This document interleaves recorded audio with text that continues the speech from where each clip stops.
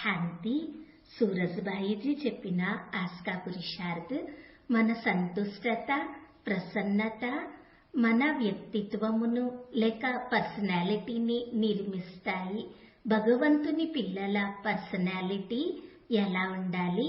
కొద్దిగా ఆలోచించండి. వ్యక్తి ఎలా ఉంటే వ్యక్తిత్వము అలా కనపడుతుంది. ముఖముపై పవిత్రత యొక్క తేజస్సు ఉండాలి. కళ్ళలో ఆత్మికత ఉండాలి. పెదవులపై చిరునవ్వు ఉండాలి. నోటిలో ఎప్పుడూ జ్ఞాన అమృతము ఉండి అమృత వర్షము కురుస్తూ ఉండాలి. భృకుటి ద్వారా అందరిపై రంగురంగుల పిచికారి, శక్తుల పిచికారి కురిపిస్తూ ఉండాలి. ప్రతి అడుగున పదమముల సంపాదన ఉండాలి.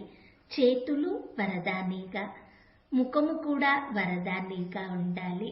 ఇటువంటి వ్యక్తిత్వము మనము అందరము మనలో తయారు చేసుకోవాలి.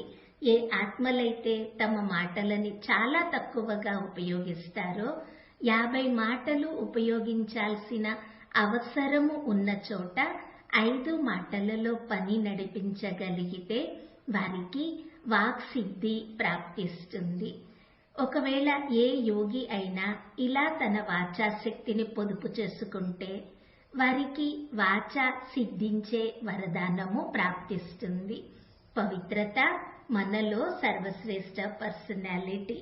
బాబా చెప్పి ఉన్నారు, పవిత్రతయే అన్నిటికంటే గొప్ప పబ్లిసిటీకి ఆధారము. ఎందుకనగా ఎంతగా మనలో పవిత్రత వృద్ధి చెందుతుందో అంతగా దేవకులములోని ఆత్మలు వారిలో పవిత్రతా బీజములు ఉంటాయి. కావున వారు బాబా వైపుకి ఆకర్షితమవుతూ ఉంటారు. మనము మనలో పవిత్రతను వృద్ధి పరచుకోవాలి. ఇదే విశ్వసేవకి ఆధారము. మన పవిత్రత ప్రకృతిని సంపూర్ణంగా చేస్తుంది, పావనంగా చేస్తుంది, సతోప్రధానంగా చేస్తుంది. ప్రకృతి ఈరోజు తమో ప్రధానంగా ఉన్నది. కావున మనుషులకి ఏమీ ఇవ్వలేకపోతున్నది. ప్రకృతి నుండి ఆహార ధాన్యములు కూడా మనము లాక్కుంటున్నాము. ఫలాలలో రుచి ఉండడం లేదు. ప్రకృతి ఖాళీగా అయిపోతూ ఉన్నది. మనము ఇప్పుడు దానిని నిండుగా చేయాలి. ఇది చేయగలిగేది మనలోని పవిత్రత. పవిత్రత ఆధారంగా ప్రకృతి పావనంగా మారితే ప్రకృతి మనకి సర్వస్వమును ఇస్తుంది. కావున మనము పవిత్రత ఆధారంగా ఈ సృష్టిని ధనధాన్యాలతో నిండుగా చేయాలి.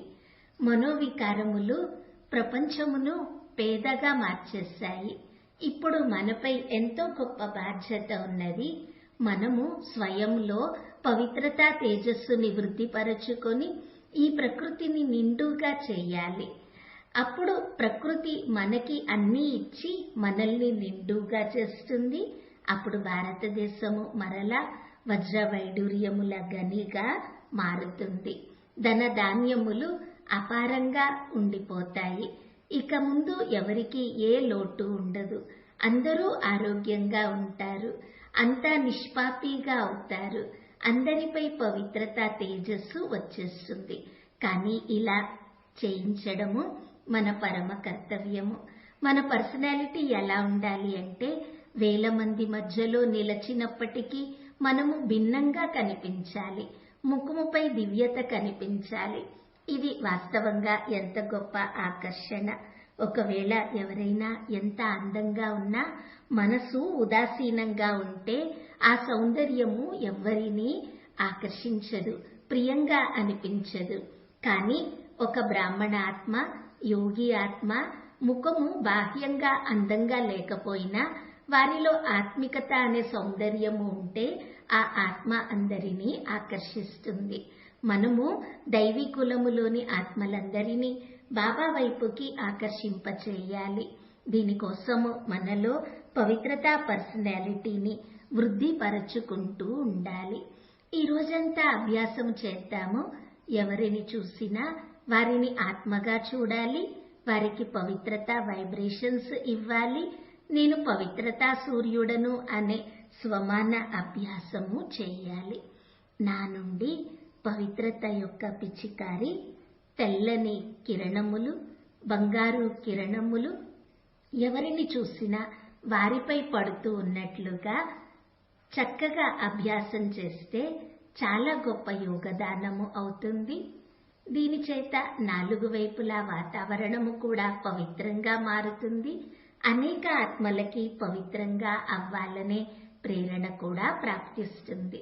మరి ఈరోజు ప్రతి గంటకి 2 సార్లు ఇలా ఆత్మలందరికీ పవిత్రంగా అవ్వాలనే వైబ్రేషన్స్ ఇద్దాము. ఓం శాంతి.